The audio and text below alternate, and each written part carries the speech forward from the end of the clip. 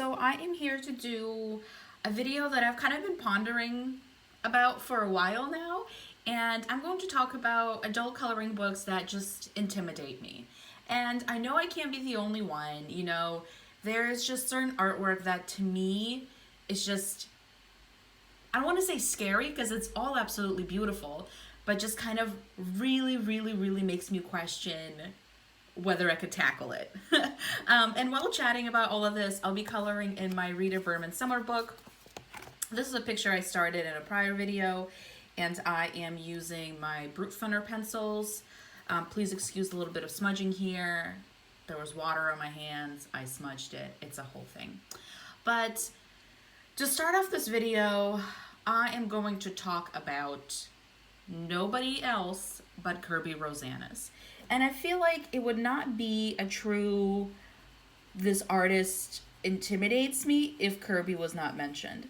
Like, his artwork is just so detailed and intricate.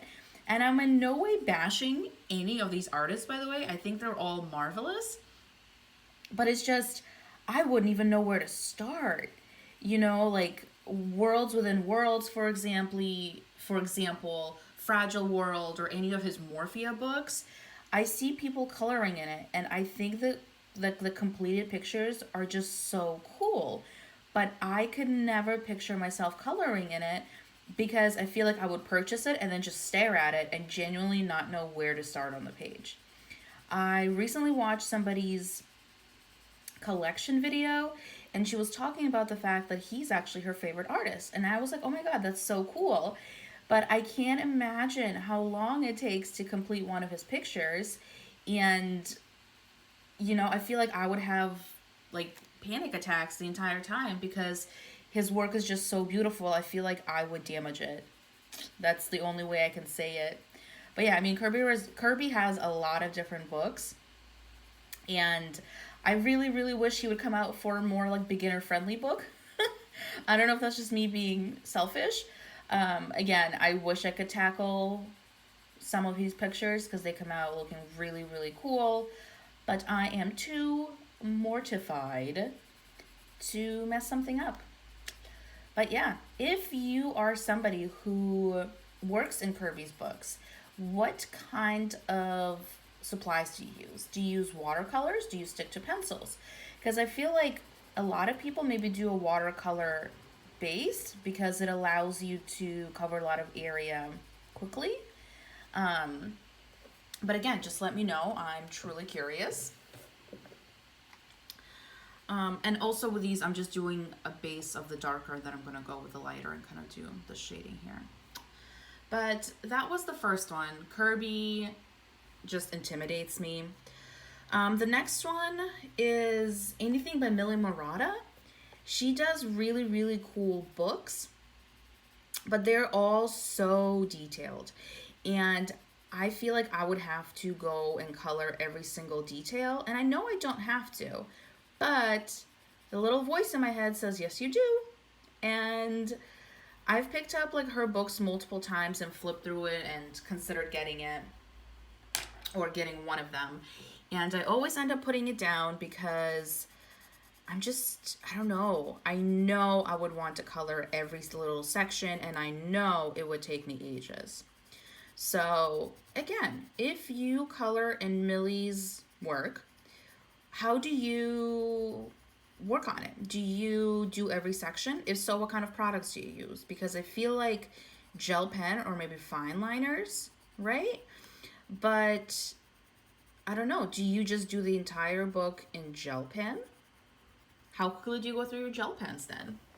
And it's a bummer that I'm nervous around her books because she has some really cool ones out there with a variety of different animals. I think she recently released a sea creature one. Did she not? Am I making that up? I could have sworn she did.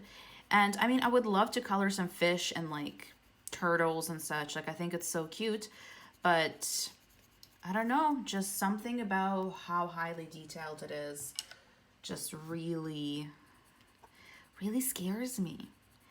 Yeah, I mean, let me know how you work in her books. And I would love advice on any and all of these books. I would love some advice on how to tackle the things that I'm talking about. You know, if you have found a magical way to make these pictures or make this artwork less intimidating, please help a girl out. I would love it. I definitely need another reason to buy more coloring books. Not a true statement, but you know. The next book, and it's a specific book because I know so far I've only mentioned like 2 artists, but I don't know why, but Art Nouveau by Jade Summer makes me really nervous. I've seen people do such cool things in this book. I think it's a very unique book, and I think it's even unique to Jade Summer, but I just don't know. I've had it on my wish list multiple times. I've removed it from my wish list multiple times. But then I just keep on adding it back on because I see the finished pages and I can't get over how stunning they are.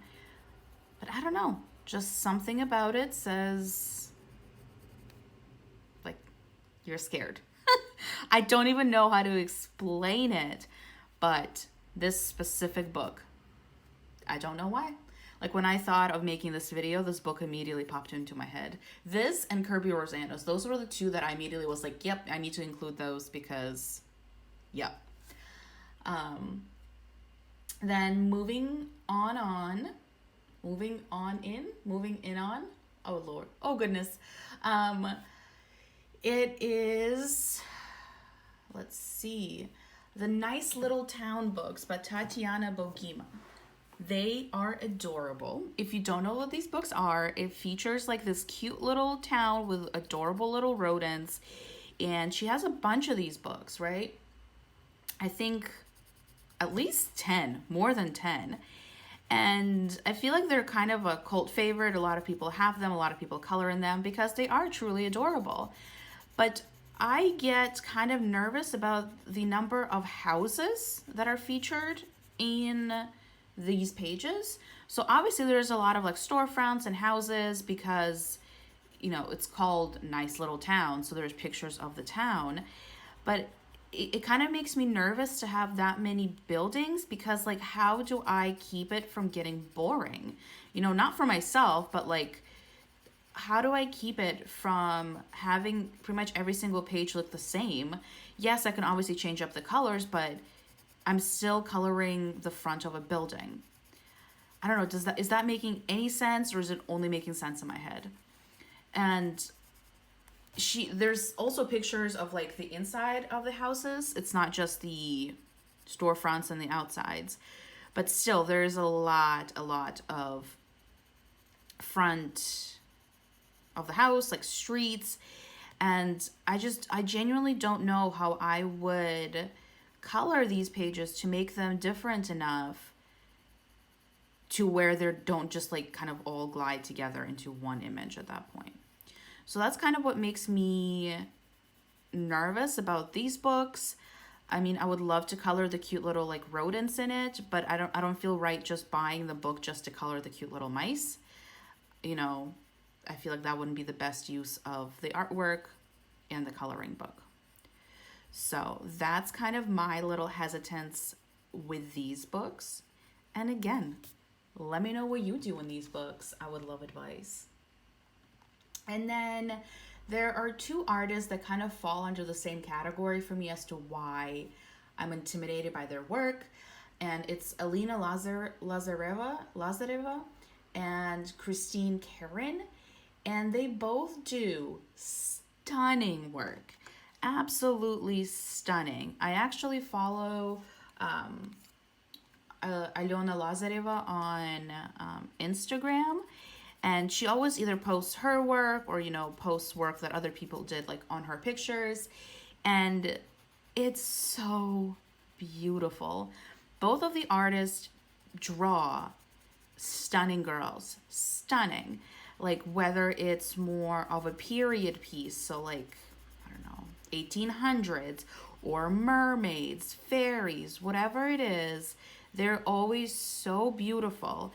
And I am so scared because the images are realistic. You know, they're not like anime or kawaii or anything like that. And I just don't know if I can do them justice because I would have to do realistic skin colors. I mean, obviously not have to, but probably should. Um, and like the hair and just everything, I would be so nervous to mess it up. I don't know if their books come with doubles. I can't remember. Oh, it does. It does. I'm looking at an Alona Lazareva book, and it says it comes with doubles.